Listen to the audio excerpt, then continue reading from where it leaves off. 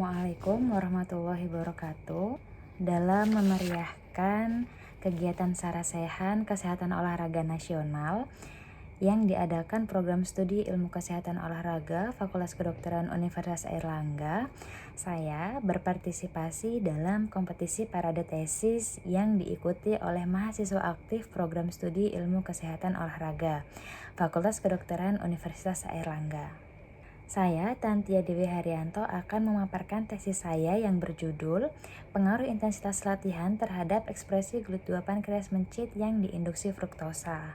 Dalam penyusunan tesis ini, saya dibimbing oleh Dr. Purwosri Rejeki, Dr. MKes, dan Dr. Citrawati Diah Kencana Wungu, Dr. MSI. Obesitas saat ini telah menjadi masalah kesehatan tingkat dunia, dibuktikan melalui data National Health and Nutrition Examination Survey 1980 hingga tahun 2018, 42,5% orang dewasa di Amerika Serikat usia 20 tahun ke atas mengalami obesitas. Sedangkan 9% mengalami obesitas parah dan 31,1% mengalami overweight. Peningkatan angka kejadian obesitas dikaitkan dengan adanya fenomena Western diet, di mana saat ini Western diet sangat populer di berbagai negara. Western diet sendiri ialah suatu makanan padat energi, tinggi lemak, dan glukosa. Fenomena ini menjadi perhatian khusus karena saat ini kembali populer minuman boba drink atau boba milk tea yang sangat disukai anak-anak hingga orang dewasa. Dengan kepopuleran boba drink berkaitan dengan adanya peningkatan konsumsi HFCS di Indonesia. Adapun data konsumsi di Indonesia, terdapat 5 provinsi yang mengonsumsi fruktosa tinggi. Pertama ada Sulawesi Utara, kedua ada Aceh, ketiga ada Kepulauan Riau, keempat ada Sulawesi Selatan, dan di posisi kelima ada Nusa Tenggara Barat. Tingginya konsumsi fruktosa ini berkaitan dengan obesitas, di mana obesitas memiliki angka harapan hidup yang sangat rendah.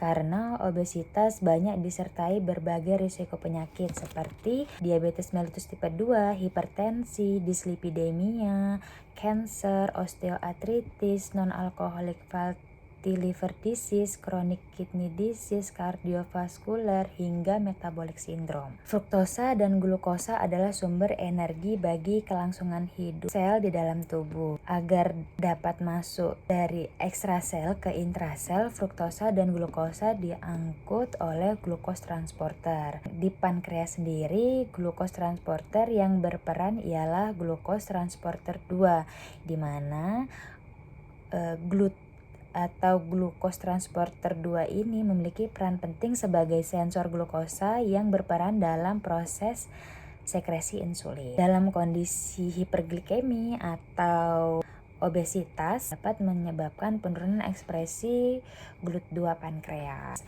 Hal tersebut dibuktikan oleh berbagai penelitian yang membuktikan bahwasanya dengan diberikannya induksi glukosa atau fruktosa dapat menurunkan ekspresi GLUT2 pankreas.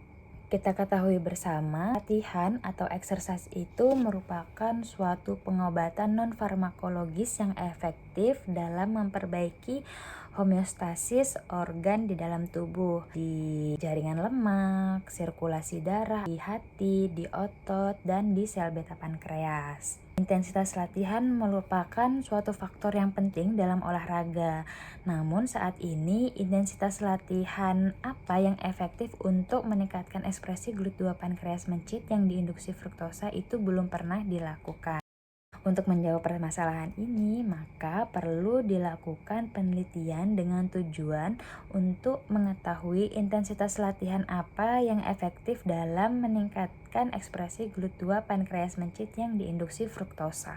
Selanjutnya, metode dalam penelitian ini ialah penelitian through experimental design dengan menggunakan model penelitian randomized control group post-test only design. Nantinya subjek penelitian akan dipilih secara random, kemudian dibagi menjadi 4 kelompok. Masing-masing kelompok akan diberi induksi fruktosa. Selanjutnya Masing-masing kelompok akan diberikan latihan dengan berbeda intensitas. Berikut adalah kerangka operasional penelitian. Mencit jenis kelamin jantan usia 8 minggu, berat badan rata-rata 20-30 gram. Mencit dalam kondisi sehat nantinya akan menjalani aklimatisasi selama 7 hari. Kemudian mencit dibagi menjadi 4 kelompok. Kelompok 1 kontrol, kelompok 2 latihan intensitas ringan, kelompok 3 latihan intensitas sedang, kelompok 4 latihan intensitas berat. Waktu latihan selama 80% durasi maksimal per sesi latihan dengan frekuensi 3 kali seminggu selama 8 minggu. Kemudian setelah 8 minggu latihan, mencit akan dikorbankan untuk pengambilan organ pankreas dan pewarnaan GLUT2 pankreas dengan imunohistokimia. Selanjutnya akan dilakukan analisis data dan penarikan kesimpulan. Untuk hasil penelitian yang saya dapatkan, hasil analisis rata-rata ekspresi GLUT2 pankreas mencit yang diinduksi fruktosa pada masing-masing kelompok menunjukkan bahwa distribusi data tidak normal. Lanjutkan uji Kruskal-Wallis menunjukkan bahwa terdapat perbedaan yang signifikan ekspresi GLUT2 pankreas mencit pada semua kelompok dengan nilai signifikansi P kurang dari 0,05. Karena data berdistribusi tidak normal, kemudian dilanjutkan uji non-parametrik yaitu Mann-Whitney untuk mengetahui perbedaan ekspresi GLUT2 pankreas antar kelompok.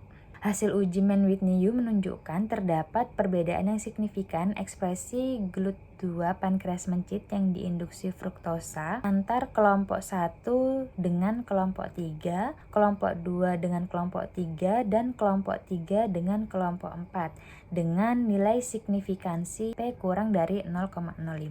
Sedangkan K1 dengan K2, K1 dengan K4, K2 dengan K4 tidak terdapat perbedaan yang signifikan ekspresi GLUT2 pankreas mencit yang diinduksi fruktosa. Berikut adalah gambar mikroskopik ekspresi GLUT2 pankreas. Gambar A menunjukkan ekspresi GLUT2 negatif pada sitoplasma sel beta pankreas pada kelompok kontrol. Kelompok B, ekspresi GLUT2 positif intensitas sedang pada sitoplasma sel beta pankreas kelompok latihan renang intensitas ringan. C, ekspresi GLUT2 positif intensitas kuat pada sitoplasma sel beta pankreas kelompok latihan renang intensitas sedang. Dan D, ekspresi GLUT2 positif intensitas lemah pada sitoplasma sel beta pankreas kelompok latihan renang intensitas berat.